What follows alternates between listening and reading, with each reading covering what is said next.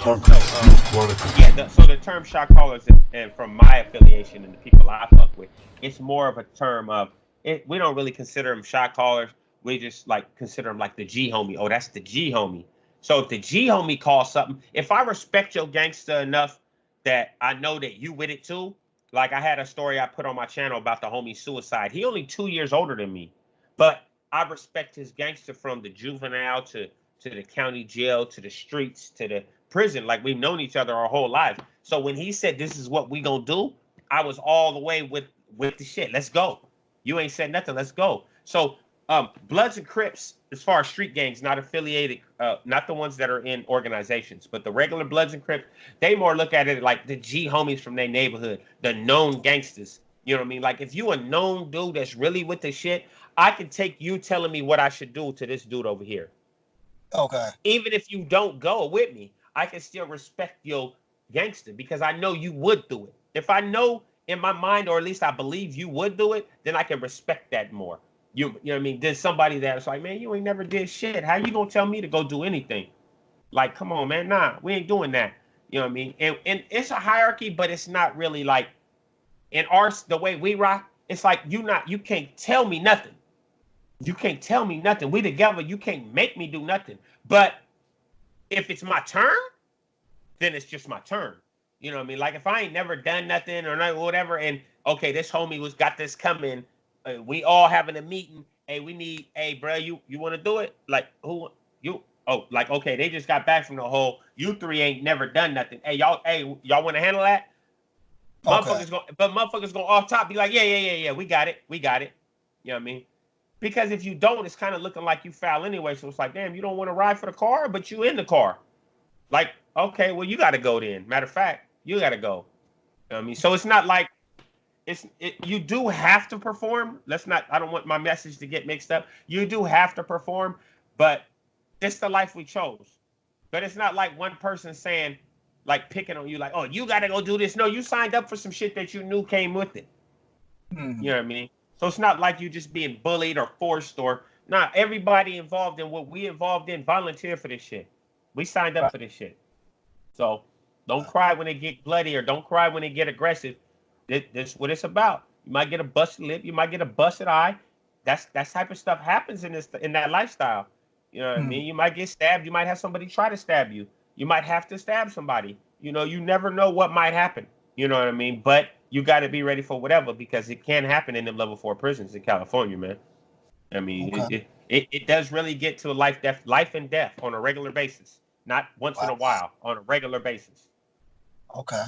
All right. You Okay. know, So the last prison related thing I want to ask you about. Okay, I understand like a few years back, the black and the Southern Mexican beef was real heavy. You know, like they had that huge riot at Pelican Bay. that was a Several long of them. time ago, though. That one was a long time ago. The last big riot they had was at New Folsom, and like that I know about was at New Folsom in like 2010. Okay, okay. So That one in how? High, and the one in Pelican Bay was like 2000. Right, That right, was like right. 20 years ago. Yeah, Okay, okay. So but in that all was a that really big time, one. how well, in your experience, how well did the brothers do against the Mexicans? Because I understand that the blacks were kind of like outnumbered 2-1, but how well did they hold their own generally, or I how did mean, that go I'm a experience? be. You know, I hate to say it, but strategically, as far as warfare is concerned, Mm, um, the in those specific instances, uh, uh, uh, the Mexican like the Latinos planned it out better. okay. They used pretty good warfare tactics. And what they did is, so as far as the one in New Folsom, I know exactly what they did because I was in the hole when it happened there at that prison. So I know exactly what they did.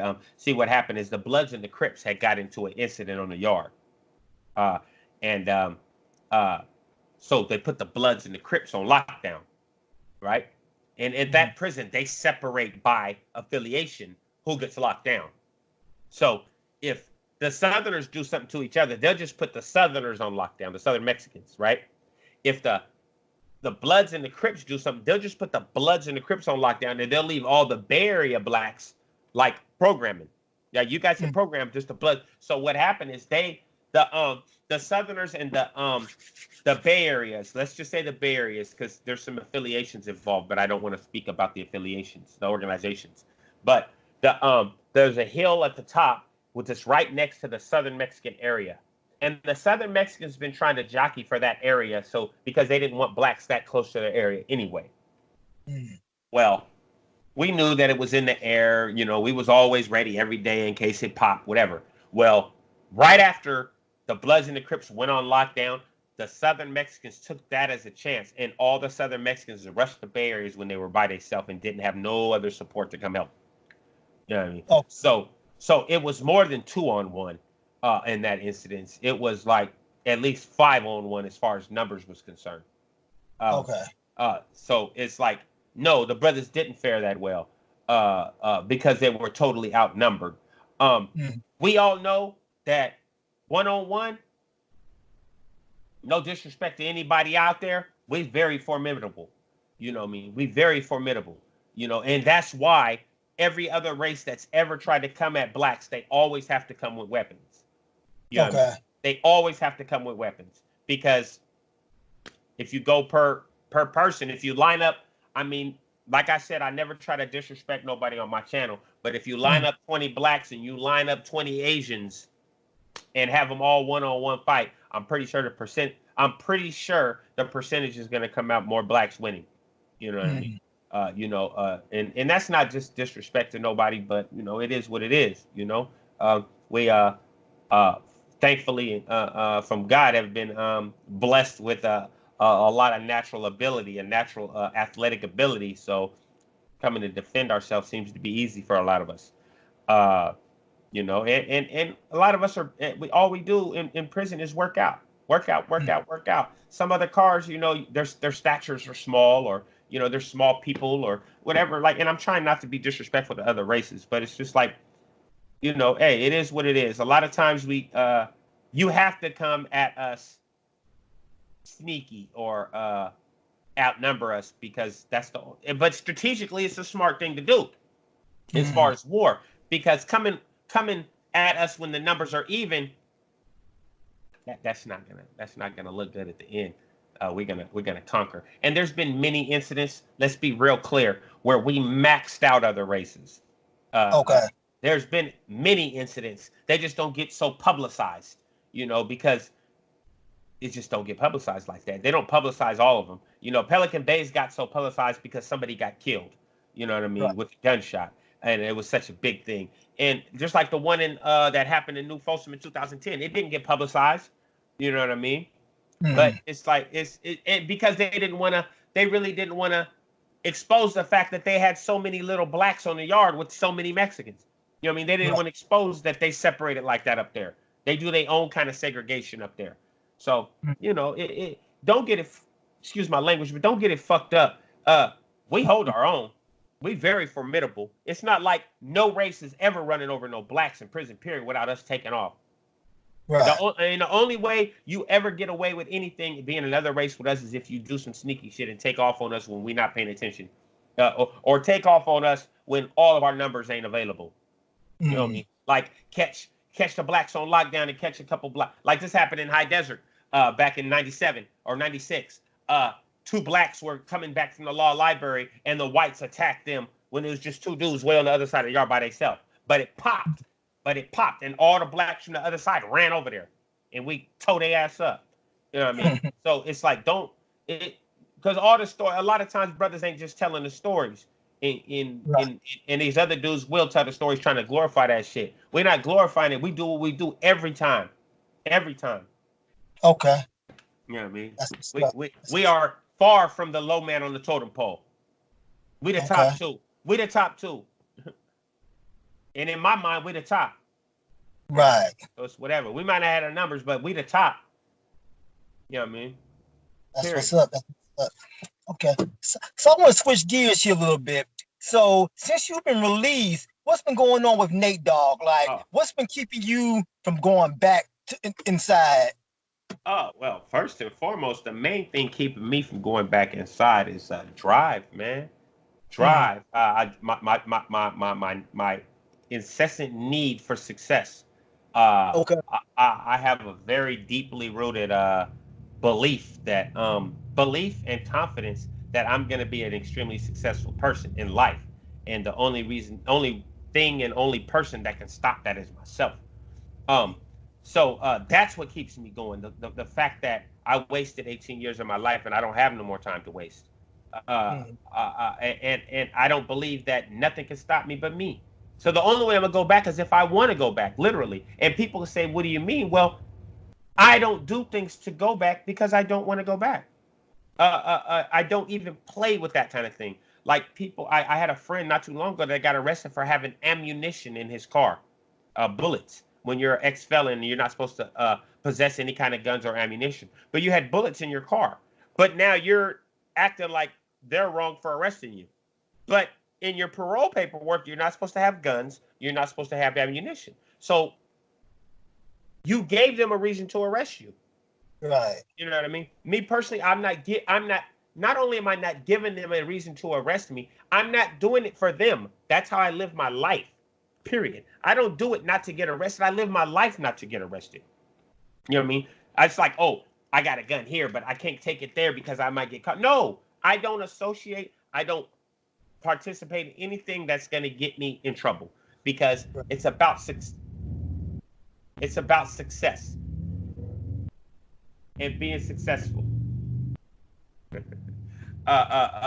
And being successful. I've been consistent. I got a channel for those who don't know. You can go to YouTube at Nate Dogg 916 and check me out. I got an Instagram at Nate.dog 916. And my thing is about interview. I interview ex-convicts, that come out and be successful. Okay. If you come out and you doing your stuff and you're successful, that's the story I want to tell. But not only that, I want to see what led to you going in the first place. You know what I mean? Mhm. I don't want to just tell, oh, prison stories. Nah, we got a lot of homies doing that. You know what I mean? They got that under control. They got that lane clearly solidified. Good stuff. Everybody can see it. Go to freshouseseries.com if you don't mind if you plug in somebody. Go to Oh, freshouseseries.com and see Big Herc. Go to Dirty Weather 916 and see the homies that's pushing those lanes. Go to 23 and 1, Lockdown 23 and 1. Check out Josh. Check out Neil Dazad. You know what I mean? These people are pushing that lane. My lane is the whole highway. I'm not just on the lane. You know what I mean?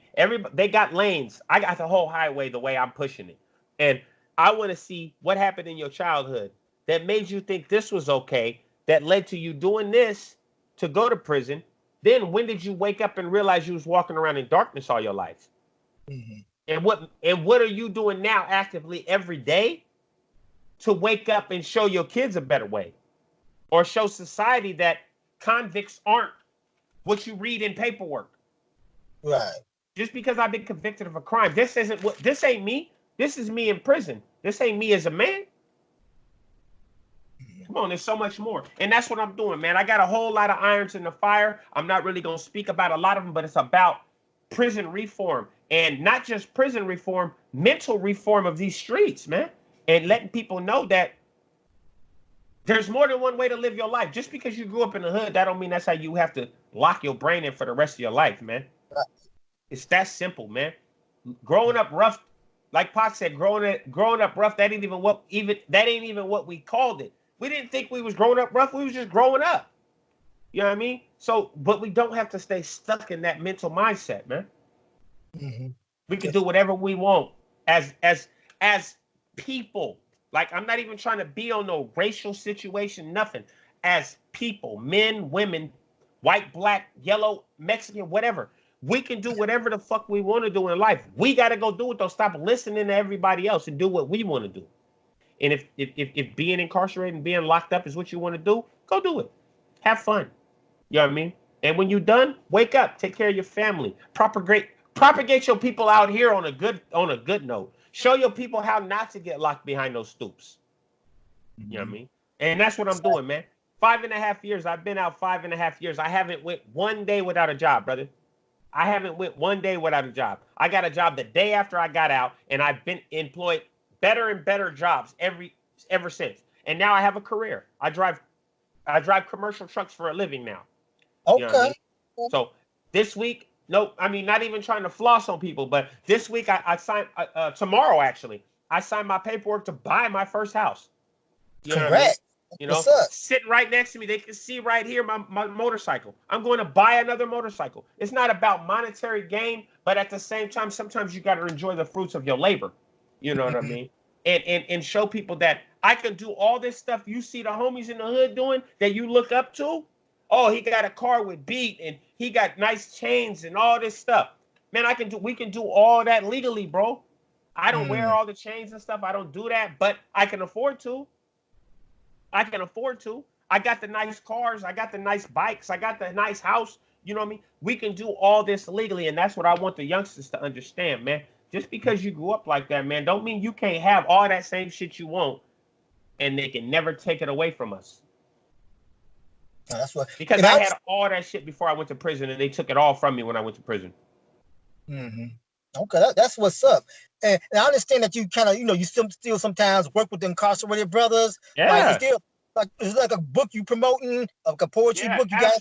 Absolutely. Thank you for reminding me about that. I actually have a book called The Way Back, written by a brother named Michael Ojurinde Owens. He is currently serving a life sentence without parole in California State Prison.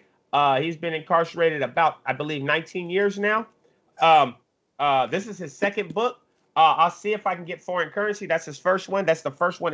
He's got some real good stuff. It's called The Way Back. There's a little cover of it. And basically, you can look on my Instagram at Nate.Dogg916 and you'll be able to read this and see a picture of the brother. There's a picture of him. Okay. But I got these books available. If you people want to purchase them, you can contact me at Nate.Dogg916. They're not online because we did all the publishing and promoting ourselves, so we didn't put them online.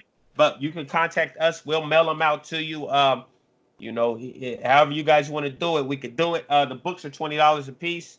All the proceeds go to helping the brother, man, in his legal case and his fight for clemency, man. Because his case, he was unfortunately, he was a gang member in a shootout with some other gang members. They were trying to kill him. They shot him 4 times, and he ended up killing them. So we're trying to fight for the self-defense look. You know what I mean? Right. All the witness statements say that the other 2 people that died, because 2 people died, that the other 2 people jumped out and started shooting him first, and he just shot back in self-defense. So it's like, we're just going by witness statements. Nobody, he never made a statement and said nothing. Yeah, all the monies go to trying to help that brother get clemency. I appreciate any support anybody want to give to the brother.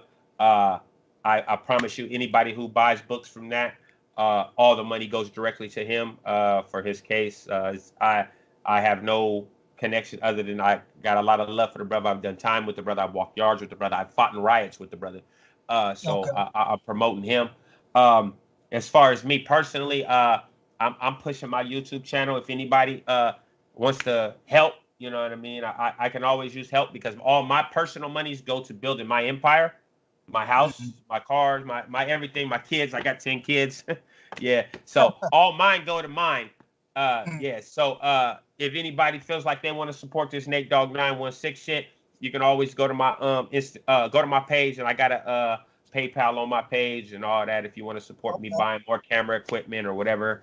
I appreciate any help, but I'm not asking, I'm not begging. But if you feel like you believe in mine, once you go look at it, man, I'm more than happy to accept any kind of assistance, man.